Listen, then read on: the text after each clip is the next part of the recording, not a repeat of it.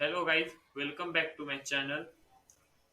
आज का जो टॉपिक होने वाला है ये काफी इंटरेस्टिंग है क्योंकि हम आज एक ऐसे फिश स्पीशीज के बारे में जानेंगे जो एक्वेरियम स्टोर में काफी ज्यादा पॉपुलर है। लोग उसे रखना पसंद करते हैं, वो दिखने में बहुत सुंदर है। तो ये कौन सा फिश है, आइए आज इस वीडियो में जानते हैं। Before starting the video, please do like and subscribe.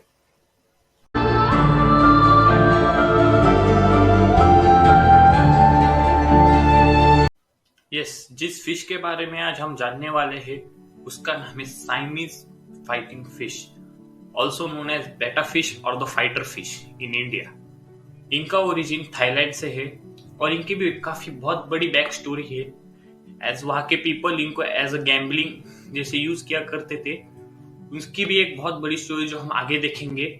इनके कुछ बेहतरीन फैक्ट्स, इनके सब स्पीशीज, इनके बहुत सारे टाइप्स भी होते हैं, वो भी देखेंगे।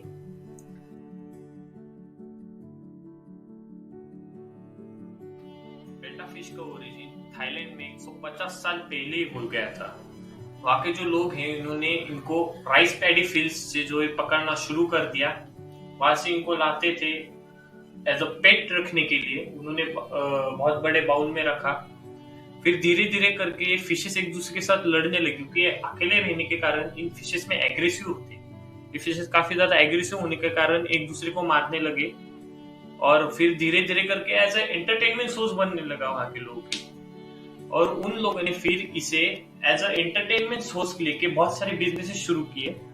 वो लोगों ने क्या शुरू कर दिया वहां के, मतलब एक ऐसा बिजनेस था कि वो एक बहुत बड़ा टब लेते थे, उसमें 10 फिशेस डाल देते थे और उनको लड़ाते थे, उनकी फाइट लगाते थे। और लोग क्या करते थे, पैसे देते थे, वो एंटरटेनमेंट देखते थे और जाते थे। और वो बहुत बड़ा इनकम सोर्स बन गया था वहां के लोगों के लिए।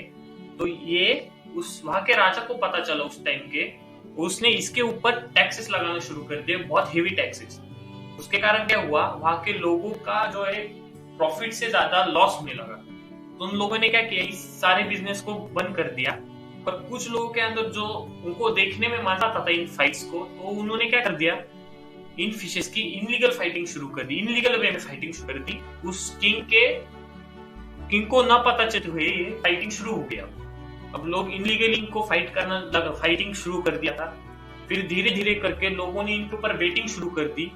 कुछ लोग कई फिशेस की जो है कंपटीशन लगाते थे, मतलब ऐसे टूर्नामेंट हुआ करते थे, जो फिश जीतेगा वो इतना प्राइस पुल जीतेगा। तो एक टाइप ऑफ गैम्बलिंग शुरू हो गई थी। और ये बात उस टाइम के गवर्नमेंट यानी कि 1960 या 70 में उस टाइम के थाईलैंड गवर्नमेंट को पता चली। तो उन्होंने क्या किया, इस सब के ऊपर बैन लगाया। वहां के जो इनलीगल गैम्बलिंग एरियाज थे वहां पे रेड लगाई। वहां पे जो फिशेस थे उन्हें पकड़ा, कई फिशेस को वाइल्ड में छोड़ दिया, तो कई फिशेस को अपने साथ रखी दिया। और जो बेटा फिश ब्रीडर्स थे, जो नॉर्मल ब्रीडर्स थे, उनके पास थे बेटा। तो उन्होंने क्या किया, इन फिशेस को एक्वेरियम स्टोर्स में सेल करना शुरू कर दिया। और ये सेल होने के बाद धीरे धीरे करके ये फिशेस एक्वेरियम में मोस्ट पॉपुलर फिशेस के नाम से जाने लगे। इन फिशेस जो है काफी ब्यूटीफुल थे, एग्रेसिव थे, इनके फिन्स काफी बड़े होने के कारण ये बहुत सुंदर लगते थे। ये आप इनको पॉट में भी रख सकते हैं, विदाउट ऑक्सीजन रहने वाले फिशेस है, क्योंकि ये फिशेस जो है एयर से ऑक्सीजन लेते, ऊपर सरफेस पे आके ऑक्सीजन लेके वापस अंदर जाते, इसलिए इनके कॉस्ट ज्यादा नहीं थी। तो लोगों ने लेना शुरू कर दिया एज एक्वेरियम पेट। तो ये धीरे धीरे करके एक्वेरियम में आए, पॉपुलर बने। और अब हम जानते हैं, मेरे पास भी खुद एक बेटा फिश है जिसे ब्लू ड्रैगन कहते हैं। ब्लू ड्रैगन टाइप का जो बेटा फिश है मेरे पास है और मैं भी उन्हें रखता हूँ। तो फिर ये वन ऑफ द बेस्ट बेटा फिश थी। फिर इनके धीरे धीरे बहुत सारे टाइप्स आने लगे, जैसे crown tail, rose tail, half moon, full moon. इनके भी बहुत सारे टाइप्स है जो हम आगे देखेंगे। तो धीरे धीरे जो है लोग इसमें आने लगे, एक्वेरियम्स में आने लगे। और इनका गैम्बलिंग जो इनका पास्ट एरा था गैम्बलिंग का, वो खत्म हो गया था, पर एग्रेसिवनेस नहीं था।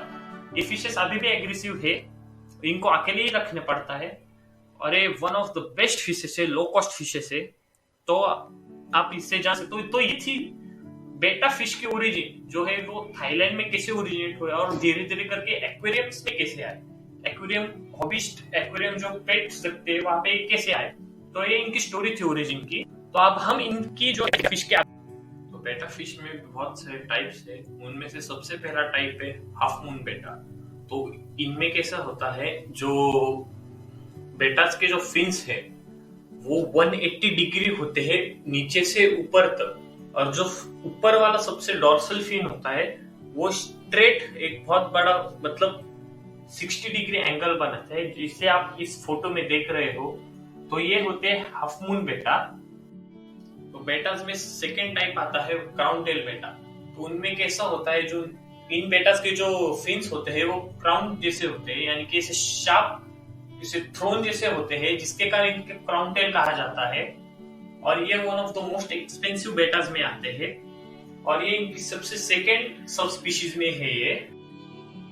सो द थर्ड सब species of betta fish is the full moon बेटा। इन्हें फुल मून बेटा इसलिए कहा जाता है क्योंकि इनका जो डॉर्सल फिन है, ऊपर वाला डॉर्सल फिन और नीचे वाला डॉर्सल फिन, इनके जो विंग स्पैन है वो टोटल 360 डिग्रीज बनाते हैं, इसलिए इन्हें फुल मून बेटा कहा जाता है। और ये हाफ मून बेटा का एडवांस वर्जन होते हैं। इनके जो फेदर्स है वो फुल मून हाफ मून बेटा से काफी ज्यादा बड़े होते हैं, और ये दिखने में भी बहुत ज्यादा सुंदर होते हैं। So now the fourth subspecies of betta fish is the rose tail betta fish. इन्हें रोज टेल इसलिए कहा जाता है क्योंकि इनका जो फेदर स्पैन है वो किसी रोज के पेटल्स जैसा दिखता है। मतलब यानी कि आप ध्यान से देखोगे तो इनका जो टेल है उनमें आपको रोज की तरह से जो शेप कार्नेशन दिखते हैं, और ये वन ऑफ द बेस्ट और एक्सपेंसिव बेटास में आते हैं। तो ये थी चौथी। और ये आर्टिफिशियली, ये जो है वो वाइल्ड में नहीं मिलते, ये जो है काफी ज्यादा ब्रीडिंग आर्टिफिशियली बनाए गए बेटास में आते हैं। So this was the fourth subspecies of बेटा। तो हमारा फिफ्थ सब स्पीशीज ऑफ बेटा है जिसे कहा जाता है डम्बो ईयर बेटा और द एलिफेंट ईयर बेटा। इन्हें इसलिए एलिफेंट ईयर बेटा और डम्बो ईयर बेटा कहा जाता है क्योंकि इनका जो फिन्स है, साइड फिन्स जो होते हैं वो किसी एलिफेंट की तरह बड़े होते हैं, बाकी दूसरे बेटा से काफी बड़े होते हैं, इसलिए इन्हें एलिफेंट ईयर बेटा और डम्बो ईयर बेटा कहा जाता है। Now the second last species of बेटा, द वेल टेल बेटा। इन्हें वेल टेल बेटा इसलिए कहा जाता है क्योंकि इनके जो फिन्स है वो किसी वेव की तरह, जो जब ये मूव करते हैं तो इनके फिन्स जो वेव की तरह एक पैटर्न बनाते हैं, इसलिए इन्हें वेव टेल बेटा कहा जाता है। Last but not the least, the plakats. ये ओरिजिनल फॉर्म ऑफ बेटा है। ये इनका कलर ऑब्वियसली ज्यादा ये रंगीले नहीं होते हैं, ये मैंने एज अ फोटो में दिखाया है। इनका जो कलर है वो येलो ब्राउनिश होता है, ज्यादा से ज्यादा लाइट होते हैं वो भी। ये जो हम ह्यूमंस ने इनको जो कलर एनहांस किया है, ज्यादा ब्रीडिंग या फिर कुछ विटामिन या प्रोटीन देके इनका जो कलर हमने लाया है, और इनको तो फादर ऑफ ऑल बेटास भी कहा जाता है। यानी कि सारे जो अभी तक हमने जो बेटा देखे, जैसे कि veil tail, crown tail, dumbo ear, rose tail, full moon, half moon, ये सभी बेटा इनके ही जो है इनके ऊपर ही एक्सपेरिमेंट करके बनाए गए हैं। So as we can say, they are the fathers of all betas. As we are very close to end our video, I want to share some bonus tip about them. जैसे कि मैंने आपको पहले ही बता दिया था कि ये फिशेस जो है एयर से ऑक्सीजन लेती है, यानी कि सरफेस पे आके ऑक्सीजन लेती है और वापस अंदर चले जाती है, इसलिए इनको रखना ज्यादा मतलब आपको एक्सपेंसिव नहीं होगा। Secondly, they are the good parents, one of the best parents, fish parents.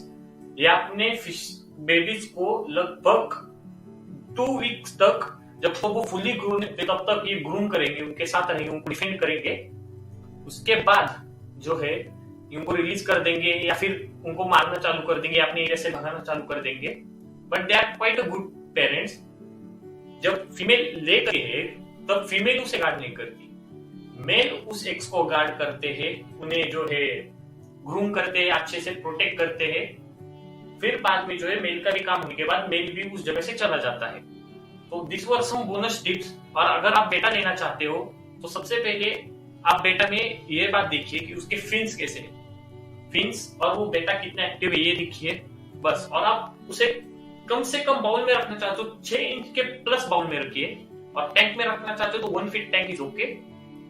That's all, I am closing today. और आप बताइए कि आपको ये वीडियो कैसा लगा। in the comment section. I will try my full to give you reply and share more information about them. Thank you for watching my video. Please like and subscribe my channel to know more amazing facts about the wildlife.